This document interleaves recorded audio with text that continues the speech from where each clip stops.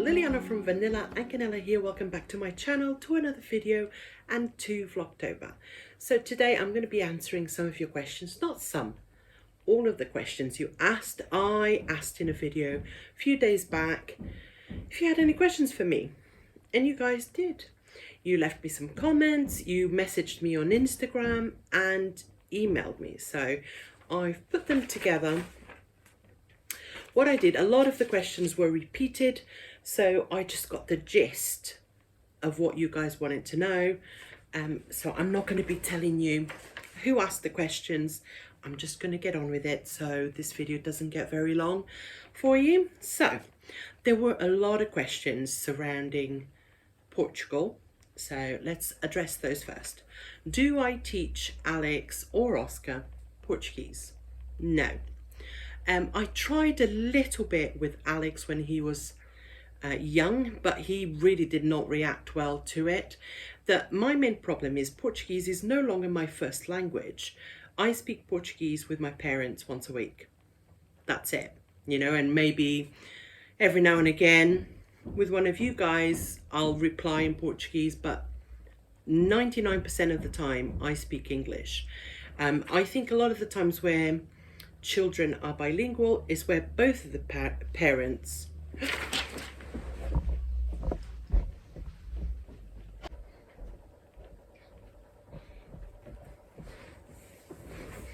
sorry you guys, that was my soup boiling over. I heard it, so sorry about that. Where was I? Yes, now I think a lot of the times where people teach their kids their other languages where both of the parents are from a different country. So if Paul was Portuguese, most likely the language we would speak at home would be Portuguese. Therefore, it would be easier for our kids to pick it up. But as most of you know, I came to this country on my own, and I don't speak Portuguese unless I'm talking to my family in Portugal. So yeah, it's just not something. I would love them to speak Portuguese, but it's just not easy. It's not natural for me anymore. So I don't. And if they ever want to learn, I'm not the best teacher. I have no patience, you guys, but yeah. Are we going to Portugal next year? So we are planning to, but we have not made any reservations. We are going to wait and see what's what. You know, we can easily book flights quickly if we want to, but right now I'm just going to wait to see what happens. Let's just go with that. Anything I miss from Portugal? There's so much. Obviously my family, my friends, but most of all the food. I miss the food a lot. 100% the food. Even though I cook it here, I can't cook everything, and I guess the thing I miss the most is the bakeries. Our bakeries are unbelievable. So, do the boys have dual nationality? Not at the moment. They are entitled to have like Portuguese nationalities, and actually Alex is entitled to an Irish passport as well.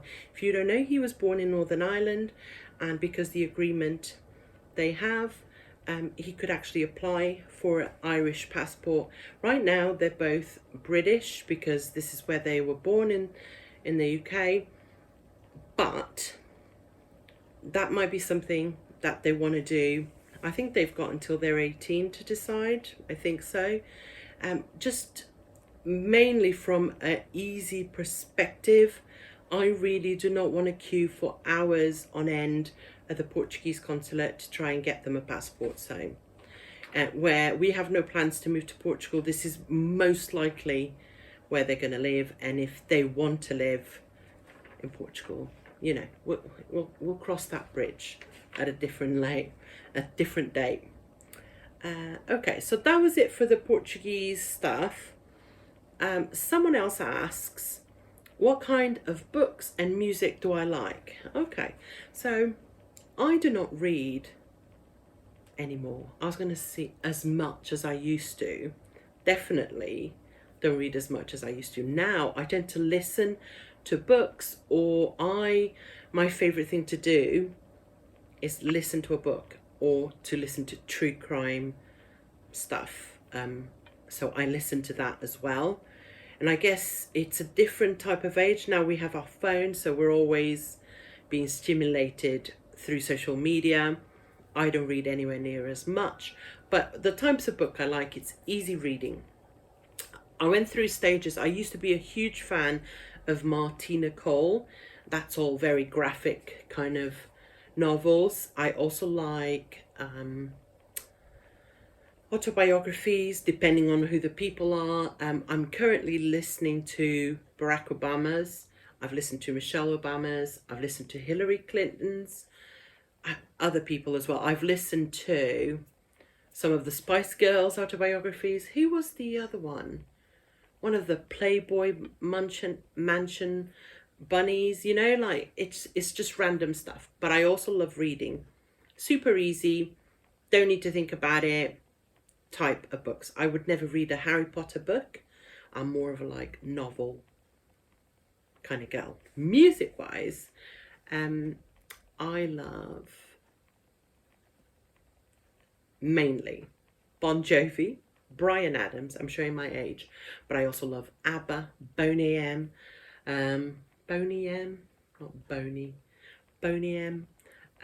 But I'm also into Dua Lipa. I think she's fantastic. I love anything with a little bit of rhythm. I love like Spanish music, you know, that kind of rhythm. Yeah, so I tell you what I don't like. I don't like classical music. Not at all. Not at all. Like Paul really likes it and it gives me a headache. It's just, I don't like it. So, but I like rock as well. Anyway, hope that answers it. Apart from Hillary, who influenced you the most on YouTube? So even before Hillary, I came across a video from Alexandra. I forget her name now. God. But she was doing she was very famous on YouTube and she just disappeared. But she was doing some organizing. She was labeled the most organized woman in the US. And I came across one of her videos and that's what led me to YouTube. And it was all those type of videos. So Alexandra, and there was also Nikki. I was inspired by Nikki, I think. I haven't watched a channel in ages actually. She has a phenomenal home, super organized. She was the one that got me into having a beautiful fridge before all the TikToks and all the mums on YouTube were doing it. Nikki, she was doing it, you know, and I've got a spice drawer because of her. She was a big inspiration as well. Do It on a Dime, back in the old days, like 5 years ago. I used to love, and I still watch her videos. Also Cass from Clutterbug, they're like the OGs. People who have left now, like Patricia Keel, she's disappeared. Or what was Rachel from Sweet and Simple Home? Is it Sweet and Simple Home? There's so many people that inspire me and I get so much from so many, for sure. I can see you have quite a Scandi style. Does Paul share it or does he go along to make you happy? Bit of both. He does like the style. I think he's discovered what he likes because of me. He does not care enough. Paul would quite happily live with whatever furniture and, you know, I am definitely the drive for everything you see in the house. It's an open secret. Everyone knows. And he'll tell anyone that walks in the house, this is all Lily, not me. But yeah, he does like the style. He's usually more reticent. If I say, we need new sofas, I like these, he'll be like, oh, I don't know. It has to grow on him for a little while. But he doesn't care. Overall, you know, I try and be like, oh, do you like the new cushion? I don't care, it's a cushion. He thinks we have too many, which we do. But yeah, so overall he doesn't care, but he does like the sort of mid-century modern like I do, with a touch of Scandi. Yeah, he does like it, but he doesn't care. I don't tell him. If I buy a cushion, I don't tell him.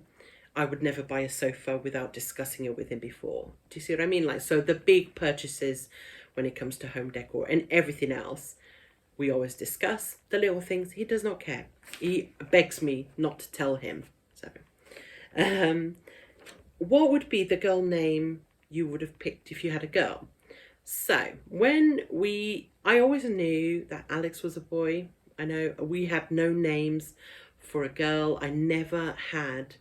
I wanted one child, mainly because that seemed like something that wasn't going to happen for us. So one was all we needed, if you know what I mean. And I always knew it was a boy, and I always knew we were going to call him Alex. So that was it. So when I fell pregnant with Oscar, I only had girls' names. And I think I did a video on here on all the names that I would like. But the name we would have chosen for the girl would have been Emily. We actually loved Emmeline. I'll put it on the screen. But we just thought that a lot of people would just be like, did you say Emily? Is it Emily? What, can you spell that? So we just liked Emily a lot. We like the simplicity and what's the word? The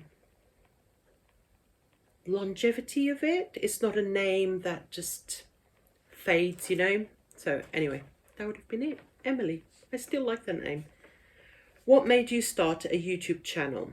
This is something that I've answered before as well, but basically I've always been into home decor and home making, obviously from the moment I got married. Even saying that, my mum says that even as a teenager, I was the same at home. You know, I used to move stuff about and get things changed just like I do now, but it was a different level because it was their home, you know. So yeah, so I've always been into that. I want to digress. I always go off on a tangent. So let me focus. Why did I start the YouTube channel? So I actually started it because I wanted to share my tips and tricks and share my decoration as a military wife to help other military wives.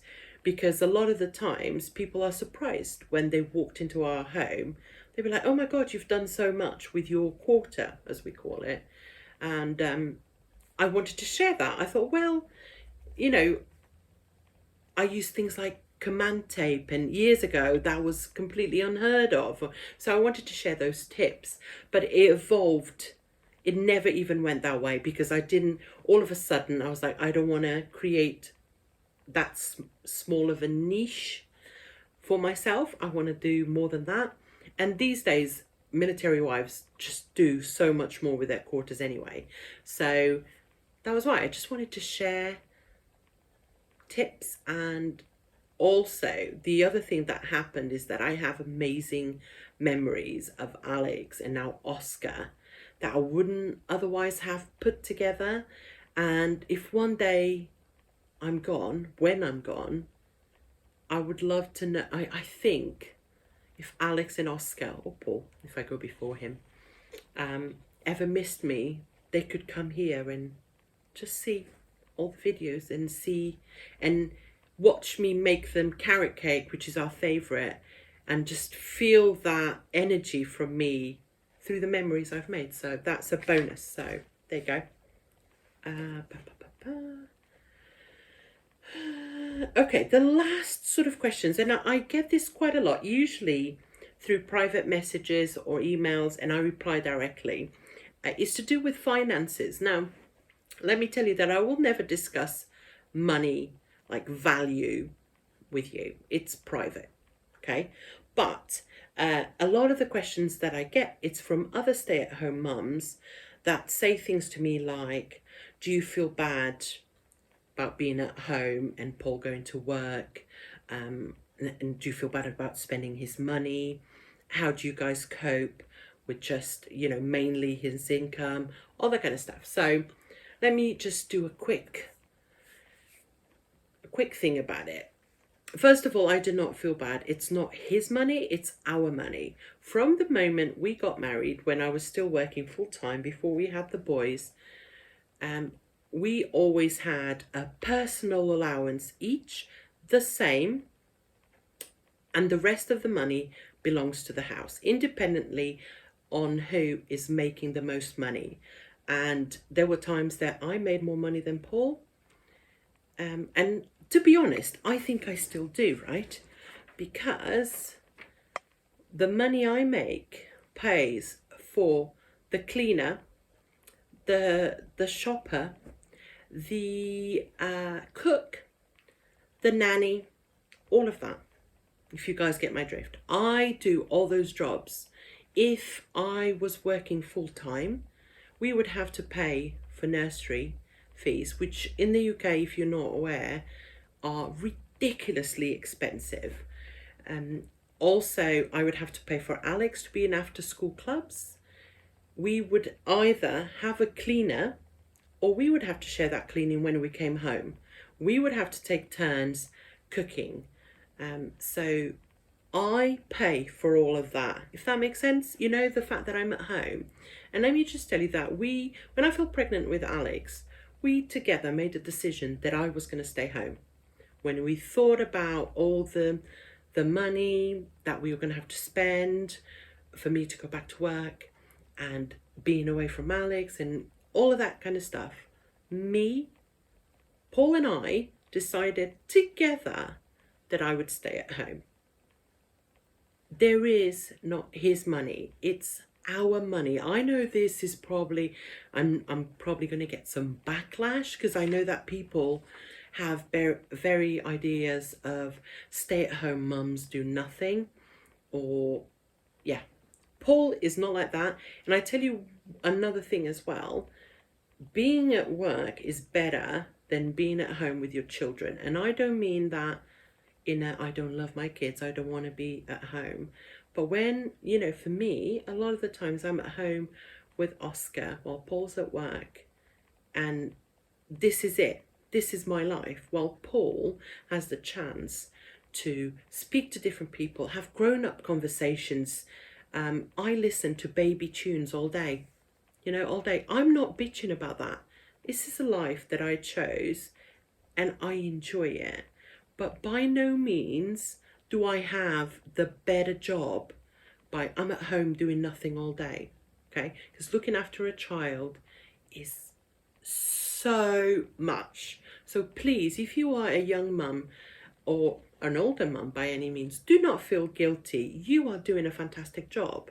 And Paul knows this. He's never been that type of guy anyway. But also, when I had Alex, I was quite ill. So Paul had to look after the house and Alex by himself, do everything. And that is a big eye-opener. So if you can get your partner or husband to do that, Paul was shocked of all the things, you know, because I was actually sat on the sofa, I couldn't walk. And I was like, oh, don't sit down, you've got to put the washing on. No, you can't have a cup of tea right now because the washing is done. You need to put it out, otherwise it's going to smell. And don't forget, you didn't make the beds this morning. You ladies all know. Sorry, I know there is some guys that watch me, but it's mainly ladies. All know of all the things we do. And see, I've gone off on a tangent. This was talking about finances. So, as I said, we both get an allowance.